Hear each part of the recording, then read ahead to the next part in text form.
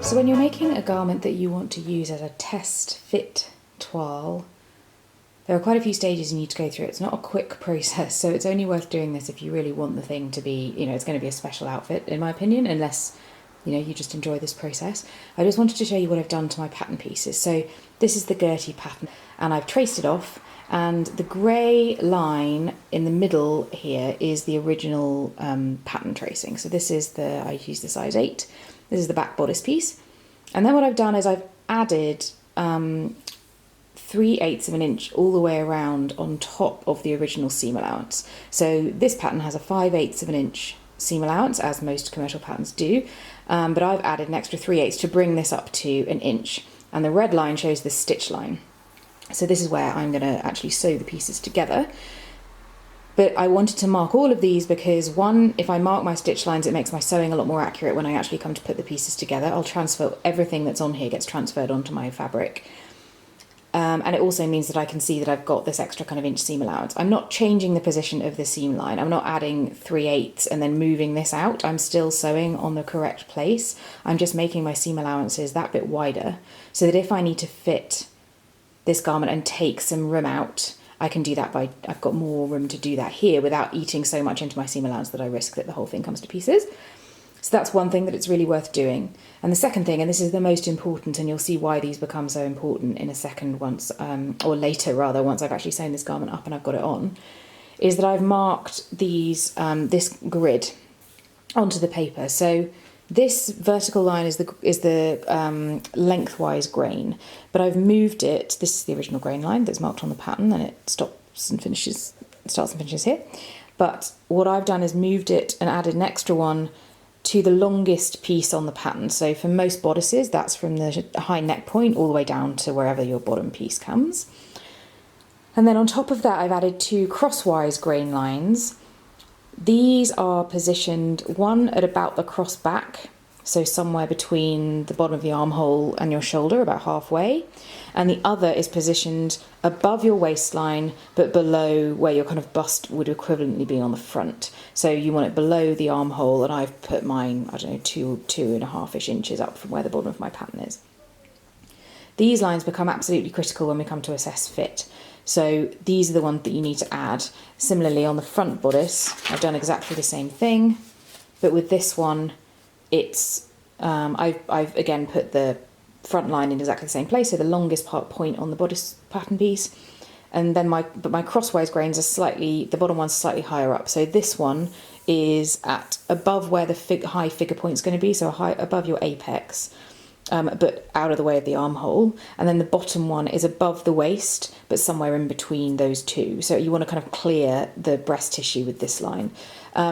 Actually this piece is probably in the wrong place. I may move it because this isn't the full bodice. There's a midriff section that attaches to the bottom of here, which is where the actual waistline is going to be, so I don't know whether I'll use this line or not. I'll add one on. I have got markings on my midriff sections too.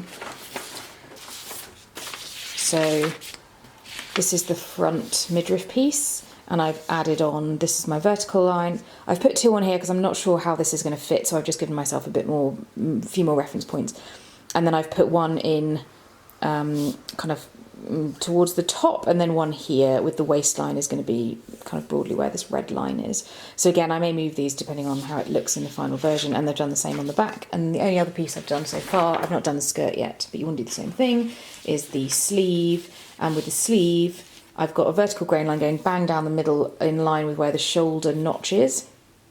And then there's one that you want up in the cap above, clear your notches, but it wants to be up at this position. And then another, I don't know, maybe halfway down in the same manner. When you do the skirt, which I've not done and I won't show you, you want to do exactly the same thing. So you need vertical lines running down the front of the skirt, avoid the dart, but you want the vertical line running down the centre of the skirt, and then you want crosswise, one at the hip point, and then maybe 1 or 2 on either side of that, kind of slightly further down. It's basically everywhere from your waist down to kind of where your bottom finishes. That's where all of your fitting issues are going to be. So that's where you want the majority of your reference points to be. All of this will make sense as we get onto the actual fitting process. So if it doesn't at this point, don't worry.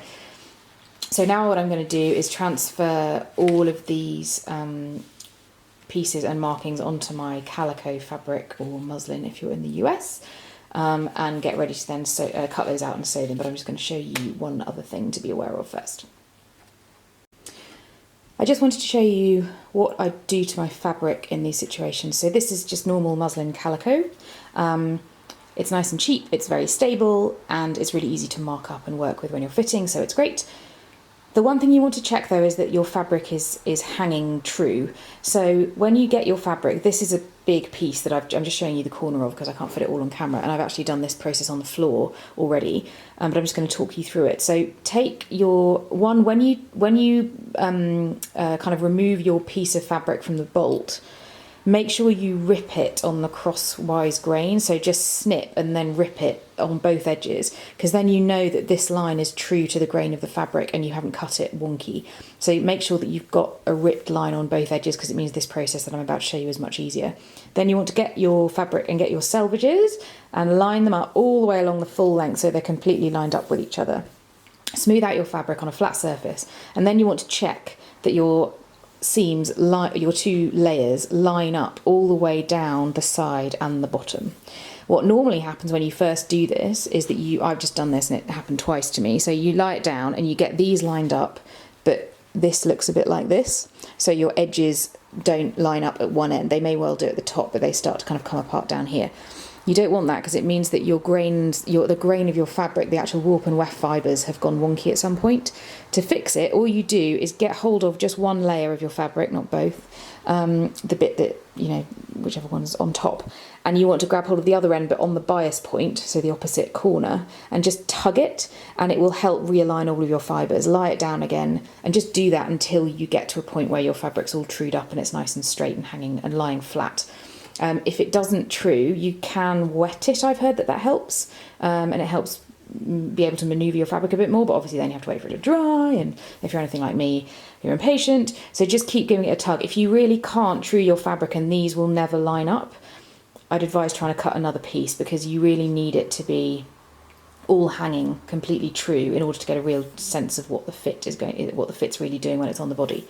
So that's one thing. Make sure that you true your fabric, then you can lay it out, and then you can do your pattern pieces.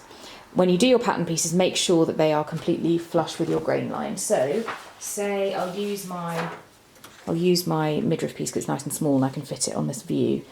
Imagine, just for the sake of this conversation, that this is the fold rather than the edge of the fabric. Now I'd obviously have had this cut out, but you want to line this up. Your grain line for most pieces that are on the fold will be parallel to your fold anyway. So as long as your fold is completely flush with the edge of your fabric and absolutely bang on and true, you should be on grain.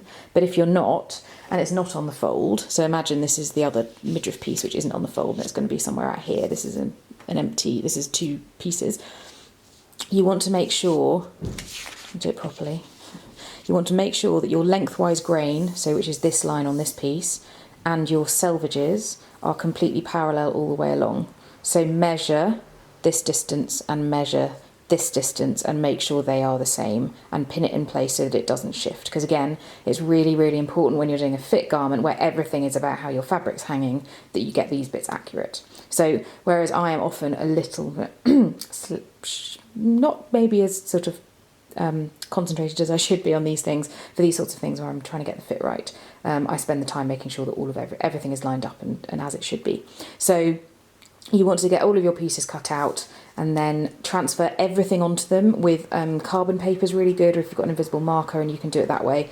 All of these grain lines, you need everything that's on this piece of paper transferred onto your fabric, and then I will show you what you need to do next.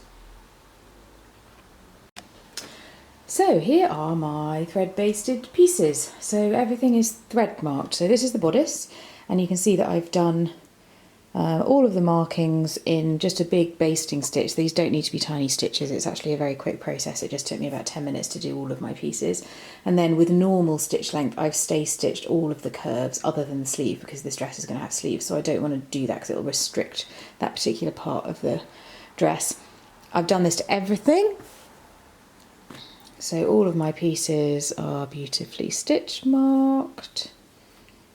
which means that I'm going to be able to see the grains really easily. Missed some threads there. When I come to actually put the garment together, which is what is going to happen next. So I am going to now construct the bodice in the same way that I would was I making it, normally. The only difference is I'm going to use a basting stitch, so stitch length 5 on my machine, which is the longest it does, to sew the whole thing together. Because with a toile garment, particularly for fit, you normally end up unpicking a seam, and you might as well do it in a way that means that you can unpick it quickly rather than anything else. And don't really bother back stitching, maybe one at the very beginning because it's a long stitch just to stop things unravelling, but you don't need to do this. It's not, this is going to get cut up and changed, so you don't want this to be a kind of permanent and beautiful piece of sewing. So it does need to be accurate, however, that's very important, but don't worry about it being kind of secure in a way that's going to last a very long time. So I'm now going to sew up my bodice. I attach the midriff section so that I've got a full bodice piece, and then I'll show you about how these lines start to come into effect when we go to do the fitting process.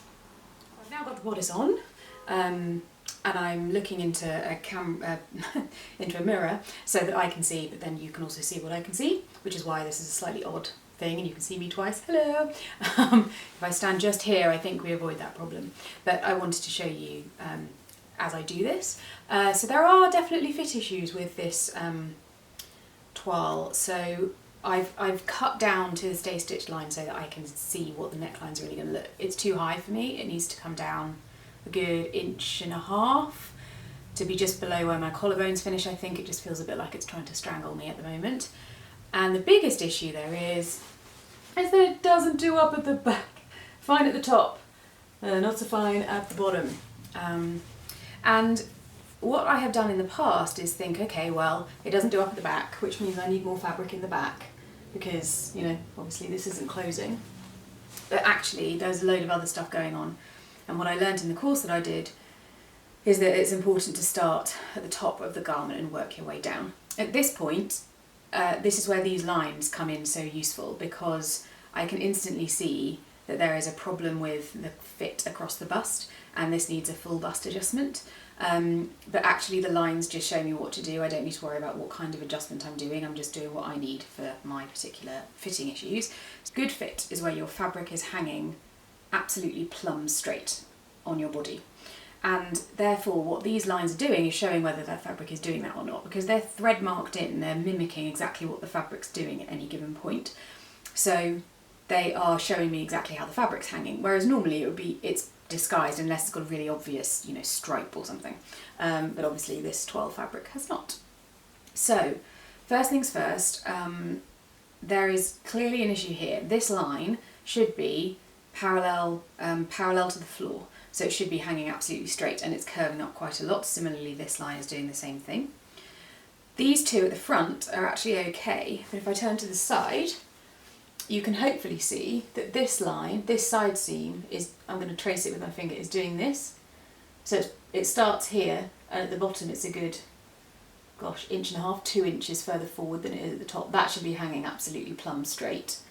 And this line at the back, which is illustrating the problem beautifully, should also be completely straight and is almost on a 30-degree angle, I would say. So what's actually happening here, and this one is too, is that I've not got enough fabric across the bust, so everything's creeping forwards to trying to find fabric from wherever it can, which means the back's not doing up. That's the only place there's any give in this at the moment, obviously. So this is where it's showing itself, but actually the problems are elsewhere. There's also a shoulder issue. So the shoulder seams should, if you're looking at them, you shouldn't be able to see them from the front or the back. So I definitely can't see these from the front. From the back, they're not too bad. They're probably slightly too far back. So I need to move these forward maybe 1/4 inch or so. And that, even just doing that adjustment will really help. So you always start at the top and then work your way down, because obviously by moving this shoulder seam forward a bit, I'm going to give myself more room in the front anyway. So the first thing I'm going to do is unpick these seams, which is why you do it with a basting stitch, and then move those seams forward and just pin it back in place. I'm going to have to take it off to do that. I can't do it all myself, but I'll come back once I've done it and show you the change, and then you can see the difference that it makes to the fit. Right, so I've now taken, I'm going to talk to you. I'll talk to you this way around. So I've now taken my shoulder seams out and I've moved them forward about 1/4 inch. So the original seam line I can see, but I've moved this back. It's one of the reasons having an inch seam allowance is so useful, because you've really got room to manoeuvre. These are now in a much, much better place. So they should be absolutely plumb on the middle of my shoulder, which it pretty much is now, whereas before it was back, kind of towards the back. There we go. So you can see this is now, sorry I'm having to raise my shoulder a bit, but pretty much on the bang in the middle. If I just look straight ahead, it's pretty much bang in the middle of where my collarbone is, whereas it was where you can just see this crease line, which is actually too far back. It's actually over onto the back of my kind of nape area, which is a problem. So even that really small adjustment has meant that this is less of an issue than it was, but even that I think is probably tweaked a bit, but we've obviously still got an issue with this line. This is where the magic of this thing comes in. Freaking love this technique, it's amazing. It's time consuming, but it's amazing. This is where it's helpful to have a friend. I don't have one at the moment. But what you need to do, what we're going to do is essentially correct this line. It's currently scooping up and we need it to be flat, which means I need more fabric up here than I've currently got. So what I'm going to do, cut above that line all the way over and down. You don't want to interfere with the armhole really, because that's a real pain to have to mess around with. So you want to go all the way down to the side seam on this side, and similarly you want to go all the way down to the side seam on this side. Okay, so we've now got a gap there. And what we now do is pull this until it's level. In order for this line to be perpendicular to the floor, I need to pull it down that much, which is quite a lot, but that's what I need. That is what my upper bust needs more room than I'm giving it at the moment. So I need to put some fabric in here and pin it in to correct for this area. So get yourself a load of strips of fabric, ideally in a different colour, because it's a lot easier when you come to transfer things back to the paper that you can see what you added. I ripped this and I've got it a bit crinkled, but I think it'll be alright. Then what you want to do is add fabric in to this area.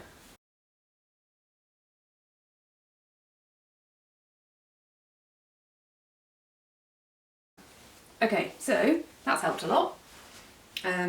This line is now much better, and actually this line is also much better. This area was so large and too big, and this was really dipping down this horizontal line. I've then taken out 2 inches, maybe 2.5 inches at the centre point, and then just kept going until it's enough, and it sort of finishes about here. So I've eased all of that out, which means now the empire line is actually sitting on empire line. It's pretty much exactly on the underwires of my bra, which is where it should be. And that's a lot more comfortable. So you can see from here that all of these lines are now a lot more straight. The only thing I'm thinking is that actually this is still quite tight across here, and once I've got sleeves on, which will pull this out obviously because they're, they've got a bit of weight to them, I'm going to be quite constricted. So I'm just wondering whether, in order to do the proper full bust adjustment, which would include chopping up this way and giving more room here, I might just need a little bit, because I think these seams look like they're not quite straight yet. So I'm going to have a go at just seeing if I can do that, and that will give me a bit more room across the top as well. It's the upper bust area that's really the problem here. This is, obviously there wasn't enough room here, but actually I don't think there's enough room here. Your boobs don't just go in one direction. So I think I need to cut up this way too, and add in some fabric there to do a proper full bust adjustment, which I think will then help. So I'm going to do that off camera and then show you the result, because it's too difficult doing it while it's on me and it gets me nervous, never mind you. Okay, I've now added what turns out to be really a lot of fabric in order to finish off the full bust adjustment. If you've ever seen full bust adjustment instructions on how to alter patterns, this hopefully makes sense to you. But I needed to add actually a lot into this front area. It still needs pinning down properly so that but this is now hanging dead straight, whereas before this line was over here, and it's now back in line with the top one, and I've got a lot more room just to breathe and it's a lot more comfortable than it was, so that's feeling a lot better. The only thing that's happened is it's now meaning that my side seam is actually pushing back a bit. So I think some of this fit issue was actually about this fit issue, but that's okay. I'll need someone to help me pin the back up properly to figure out exactly what's going on there. But if we imagine that I've done exactly the same thing to this side, everything is going to end up being a lot bigger around the front, and it's basically a kind of reconstructed bodice to meet the to match my bust size, basically. But otherwise, that's actually feeling pretty good. A lot more comfortable. I feel like I can breathe. This is feeling a lot less tight, and I've got a bit of room to spare. So once I've done this side, everything will be, I think, a lot better. And then I need to do the back, which I can't do to you guys because obviously it's behind me. But it's the very same principle. So I'll get it to the point where it will pin up, and you can see that I've sewn this line is where the zip's going to go. So I need to pin it exactly along that line, and then see if I've got any issues on the back. I suspect I might need some more fabric down in the waist at the moment, but we'll see once I've done the rest of this front panel. So this is giving you a bit of an insight into how the fit thing works. This just blew my mind when I learned this technique. I was just like, oh, I get it now. Things like FBAs that had completely confused me for years, and suddenly I was like, oh. Plus I've never really done a full bust adjustment on any pattern I've ever made, and clearly I need to. So that is a useful thing to learn. Have lovely weeks, weekends, and I will see you again soon.